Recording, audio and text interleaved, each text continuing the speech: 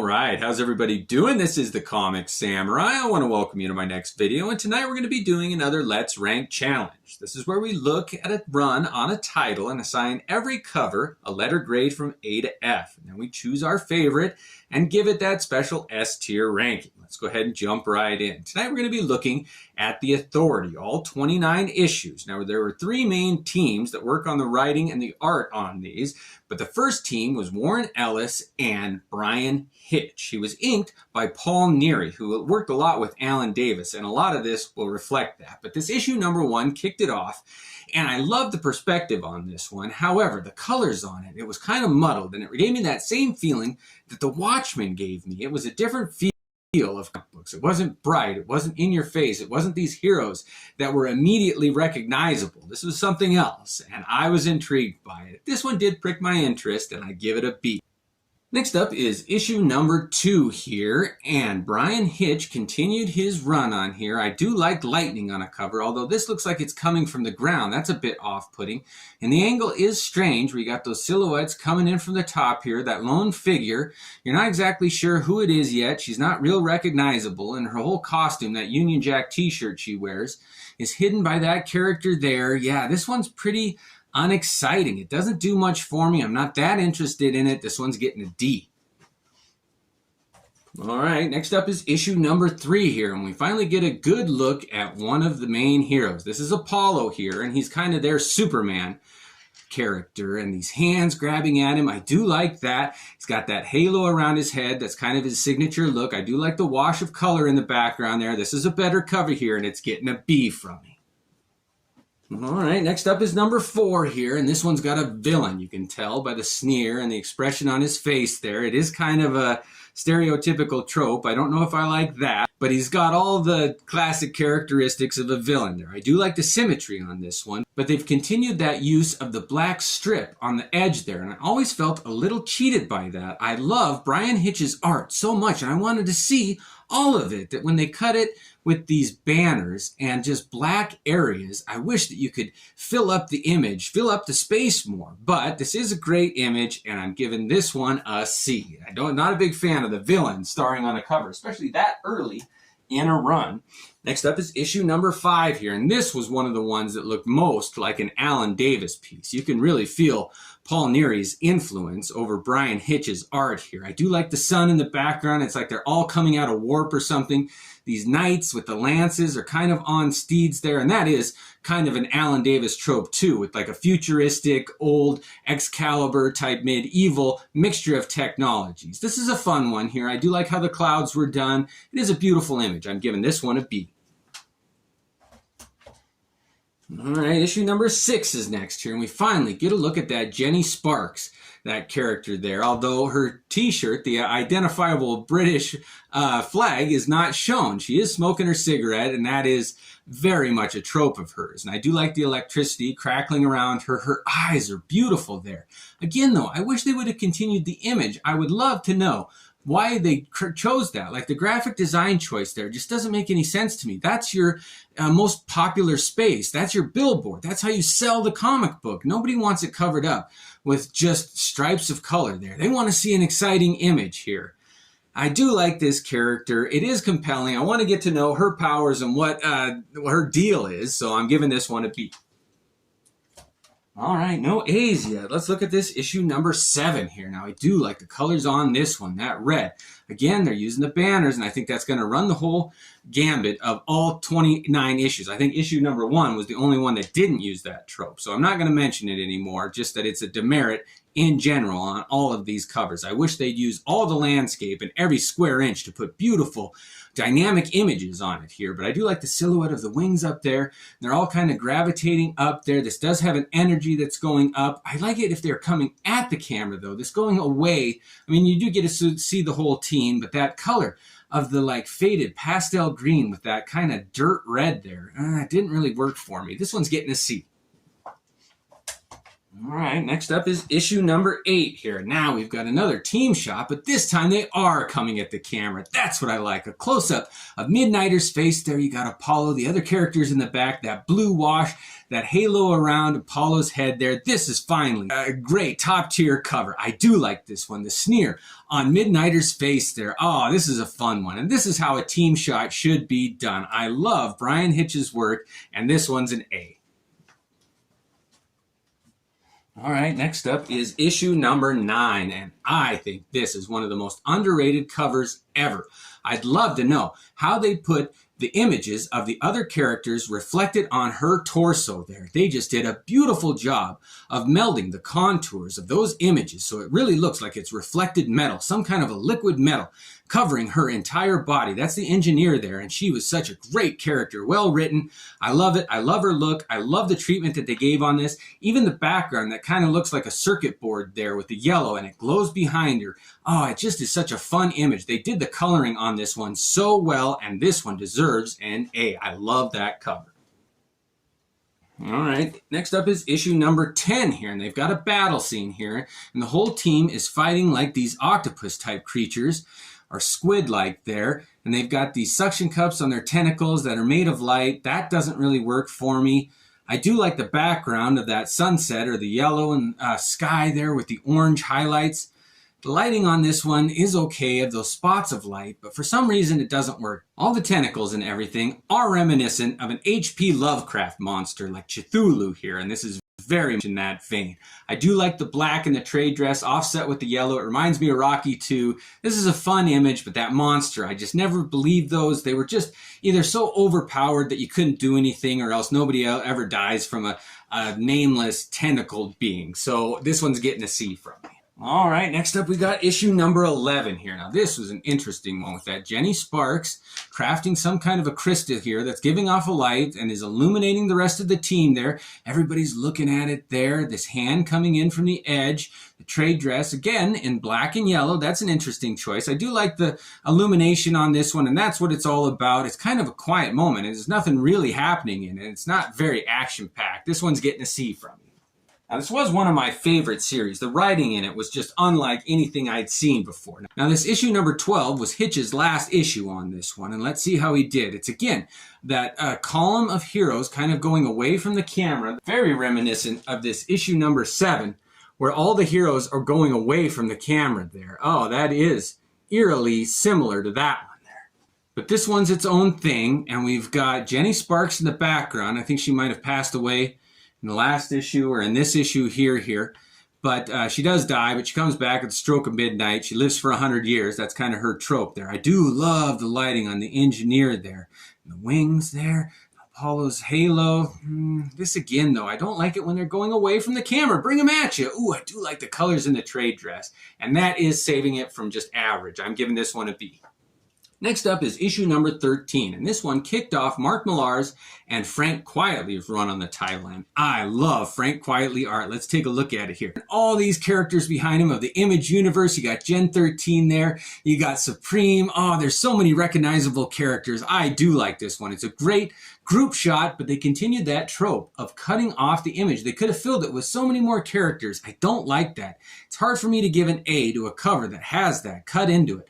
I do like the little things that they included there, the detail of all those faces there, and among the Authority covers, this is an A. I like that one. All right, issue number 14 is next. Now, this one was one of my favorite issues where they introduced this group that was kind of like an Avengers. It was a knockoff of them. You've got a very Hulk-like character, Captain America, Iron Man. I mean, you can really pick out Thor, all of the Avengers that were given different characteristics and different names. Very similar, though, to what Marvel had, and it's kind of what would happen if a team like that went up against the Authority, and it was interesting. I love Mark Millar's writing on this one. Now, let's see, what do I think of this cover? Oh, I do like it. I like their militaristic green. I like the wash of color, the brown underneath it. That does work in this case, and this one's getting it from me. I like that cover. All right, next up is issue number 15 here, and we've got this villain, this slug-like creature here, holding this baby there. I don't know, there's kind of a religious undertone. Maybe it's a baptism or something there, and there's an umbilical cord coming from underneath the jacket there. This is kind of an off-putting, gross image, and I think it was supposed to be that way. That was Frank Quietly's intent when he drew this here. They're still doing the border edges there. I do like the lighting in the background, and there's a lot of detail there, but I don't like extremely old people and extremely young, innocent things. It's just such an easy thing to do to draw out emotions there. Yeah, this one didn't really work for me. I'm giving it a D. All right, next up is number 16. Now, when different writers came on, they really did bring different flavors with them, and I like this flavor a lot. It wasn't quite my favorite. You'll see in a minute my favorite part of it, but this was a fun time with this group. And now they're coming at the camera. This is how you do it. Look how he used the perspective of her hands, like in the face of the camera there. Engineer followed by Midnighter. We've got all these details on these characters here. Oh, this is a beautiful image there, and I like this. I like the clouds behind him, the placement of the sun there. Everything works on this one. This one's getting an A. Oh, when Frank Quietly hits on all cylinders, nobody can beat him. I love it. He's more creative and ingenuitive than any other artist. This issue number 17 now shows an underwater image here, and I love that with those bodies floating. And look at how he put their shadows down. You can really see the light source, the object, and the shadows that they cast below them. And oh man, they almost looks like corpses laying on the ground, but they're floating in the water there. Oh, I do like that. And you can see the cityscape underneath the water there. It's all in this blue aqua color with a wash over it. Oh, I never like it when a team has been taken out, but when it's done creatively and it tells a story, you're like, why are they underwater? How did so much water get over this cityscape? This is a fun one. I'm giving this one an A. All right, next up is number 18 here. This is another Quietly cover. Let's see here. We got Apollo coming out of the lava there. I remember he was making a return. Something happened to him in the story, and oh, look at him glow there, holding the lava. It's pouring out of his hands and bubbling up there. It flows different than most liquids there. This is a fun one. I love the lighting and how it's illuminating him. He looks like a coal in a fire there. He's so full of energy, and that smirk on his face. Like whoever did this, whoever separated him from his team, and especially the Midnighter, his boyfriend, then they are going to pay, and pay in spades. Look at that cover. This is a beautiful one. I'm giving this one an A. I like that. All right, we were a little top light in the beginning, but now we're getting top heavy. Next up is number 19 here, and we've got another Quietly issue. We've got this lone figure of Swift here, and she's just flying through the clouds, and look at how the clouds are like trailing behind her, and they put a blur effect on her feet, so it looks like she's traveling at like supersonic speeds there. I love the clouds behind her, how it's like a cradle and a valley, and the sun illuminated behind her. They did do some great computer coloring on this one. I do like this one, and it is a very symmetric image. That always gets bonus points for me. However, it's just an image of Swift just flying straight up, not fighting anything, not doing anything, a pretty stoic expression on her face. Yeah, this one's just getting a C from me. I want to see their personality. I want to see something happening when you have just a lone figure on the cover. Next up is issue number 20 here. Now, Quietly used one of his key perspectives that he always uses. He likes shooting from underneath, like there's a glass floor that they're standing on. I've never seen any other artist utilize that technique like he does. And this cracked globe behind them, whether that's Earth or the bleed or whatever, but they're standing around it. And look at how their feet are just the same outside of that circle there. And they're looking down at the camera there. Some of them are in expression, some of them are looking across. This is a pretty interesting, compelling image here. I'm giving this one a B.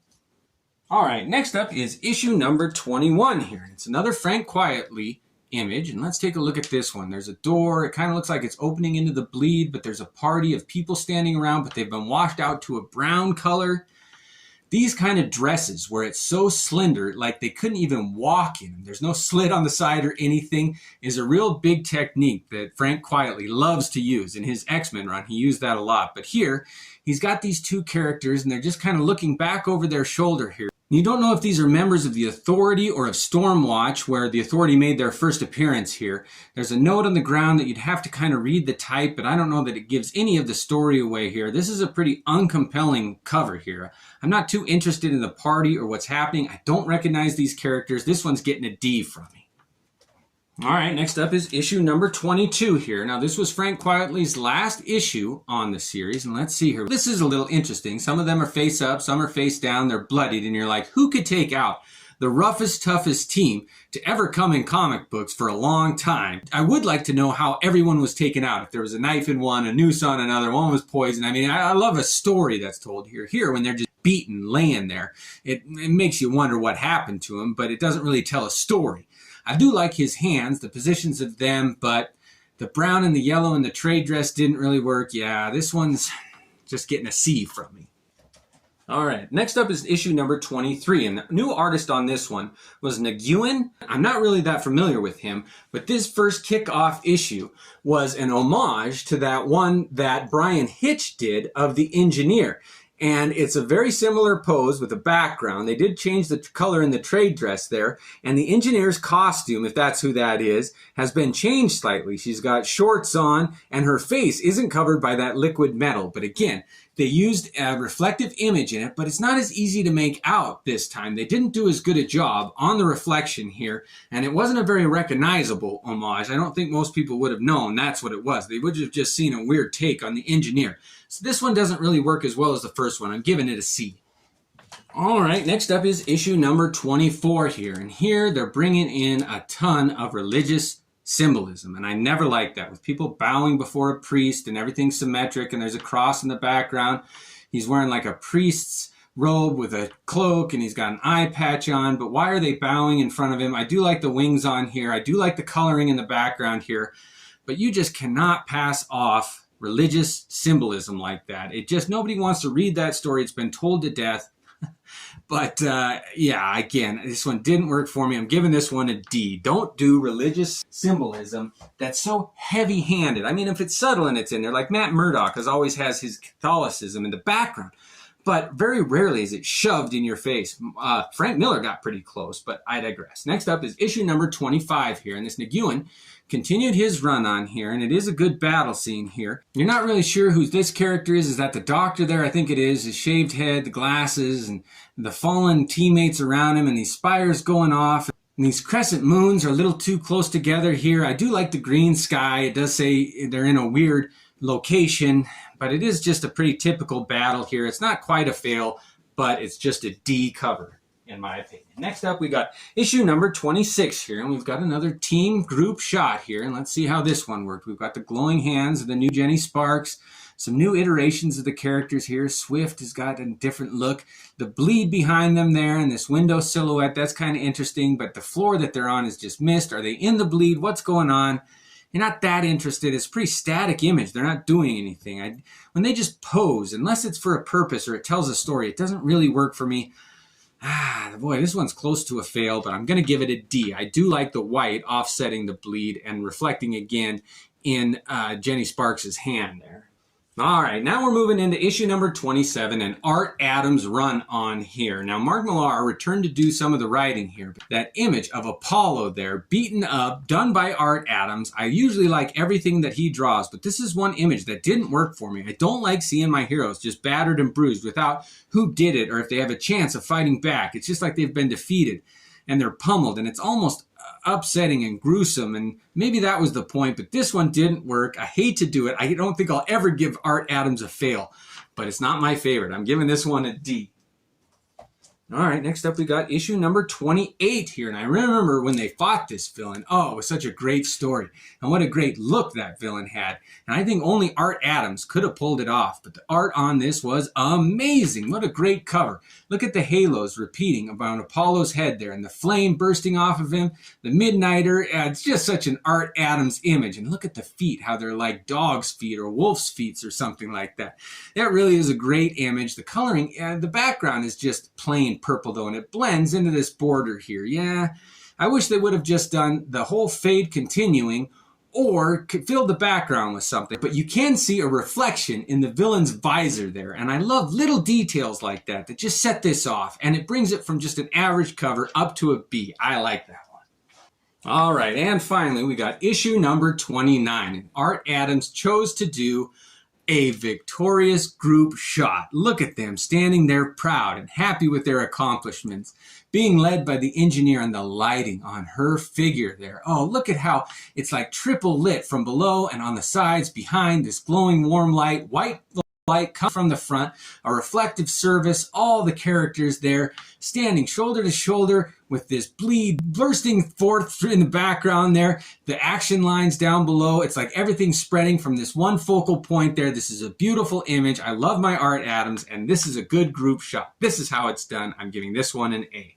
All right, now that we've assigned a ranking on all of them, let's look at the A tier ones and pick our favorite. We've got Apollo here in the flames and the lava. Oh, it's a great image. We've got the underwater shot, this group one flying. Oh, these villains here. We've got the group shot of all the image people here. We've got that reflective one of the engineer, that number 8 here with the group shot of them. The Midnighter's face is right in it. We've got an Art Adams image here. Oh, I love the reflection here. It's going to be hard to beat. What other ones do we like? We've got this underwater. Oh, it was so great. The flames is just one. This group shot here, I've narrowed it down. Do I like this one or the Midnighter up front better? I hate to say it, but I think I like these 3. Are we going to go with a group shot where they're standing, or a group shot of them flying, or just the engineer there? Let's see. Which one of these do I like better? I gotta say, I had never seen a reflective surface done on a female form quite like I had on this one.